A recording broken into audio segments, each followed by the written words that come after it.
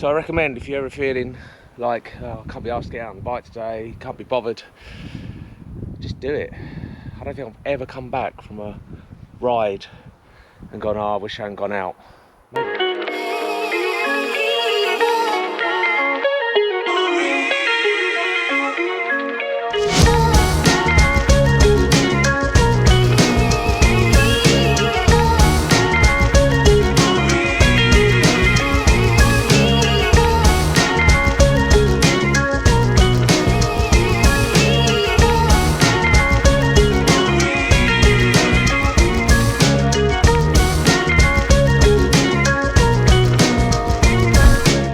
Good afternoon all, join me on another glorious day. I did this bike a bit of an injustice. I basically said, let's see what this thing can do. Cue shot of the last video. And then I didn't really give it a proper test. I mean, not an off-road test. So here we are, riding one of my local trails, which I haven't ridden in a long time, to be fair. Mostly uphill.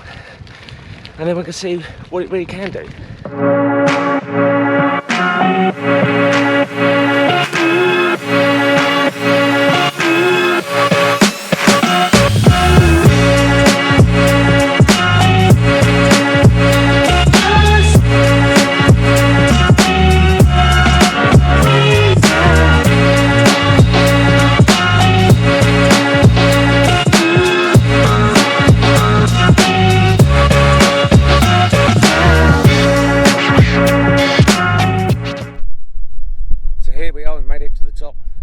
Trail.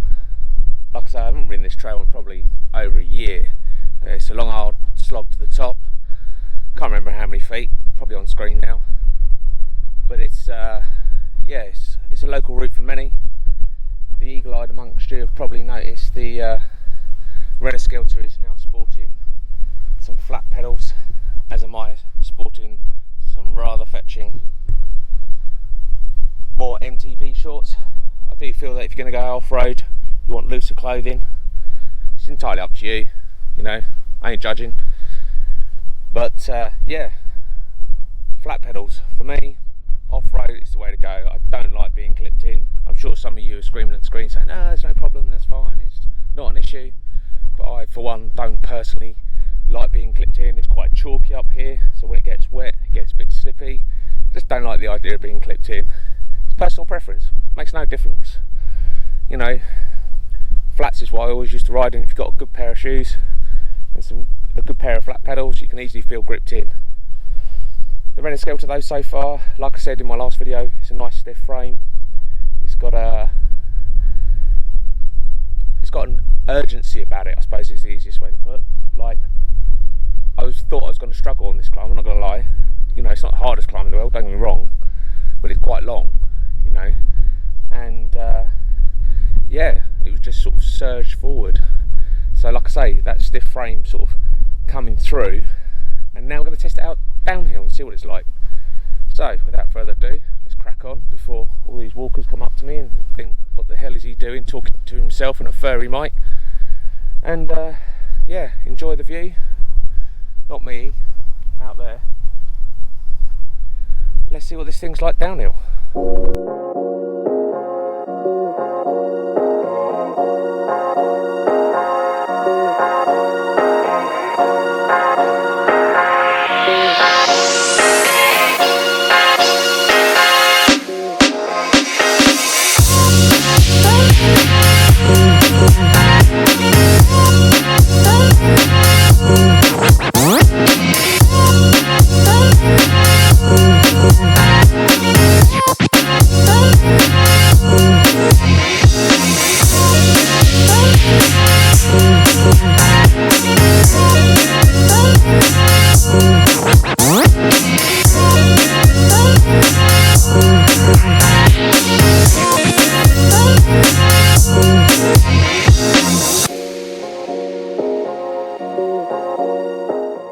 For those of you that know what trail I'm on, you're probably on mountain bikes, and believe me, last time I was on this trail, I was on a mountain bike.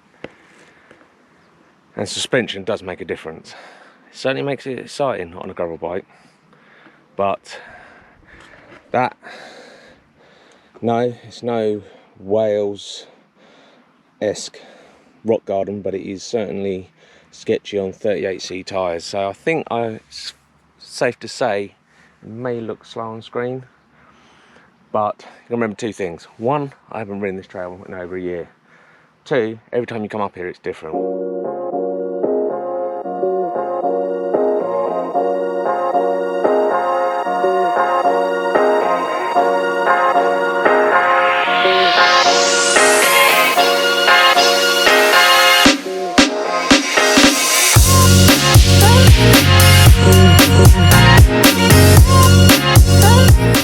I think this is one of the reasons why people say gravel bikes and all this kind of thing are essentially late 80s, early 90s mountain bikes.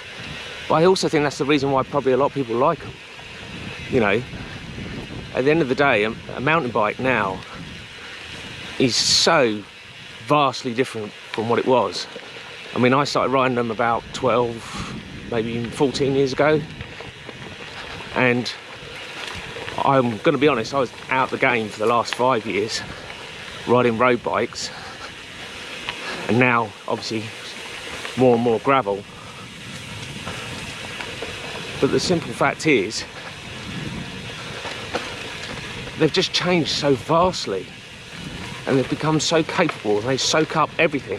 And I think although that's great for the rider, you know, it soaks up a lot of bumps. It means with that capability, it gives you a lot more confidence.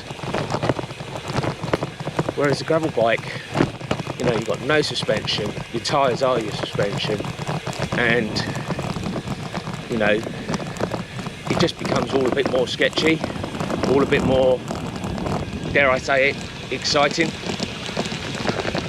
But then again, it depends what your local routes are like. You know, this, most would argue, is more of a trail route than a gravel route.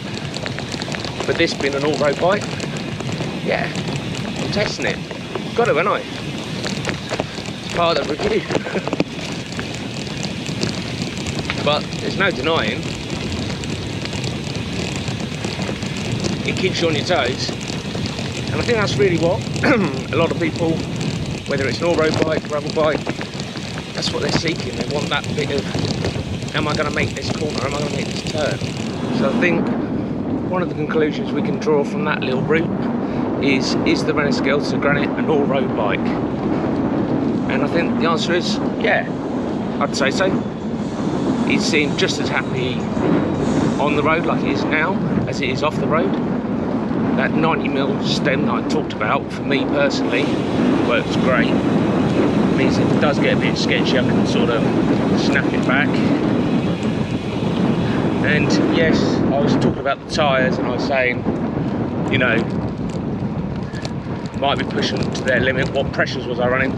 Well, I used the SRAM tyre calculator, where you put in the inner dimensions of your rim, your weight, your bike weight, what kind of tyres you got on, and yeah, suggest some tyre pressures for you. I think on this occasion it's 37 up front, 39 on the rear, and can't argue with it. There's plenty of grip. Even lets you dial down as to whether you're doing wet or dry. And yeah, sure, it's a guesstimate, but it's a pretty darn good one.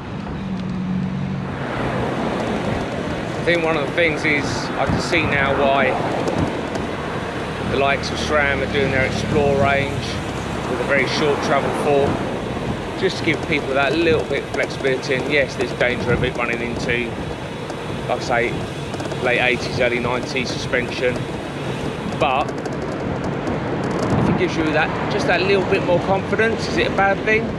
No, not really. What does it matter? What do you care? As long as you're out having fun, it's all that matters. So for now, I'm going to say ta-ta, so I'm on the road, trying not to get mullered, and I'll catch you on the next one.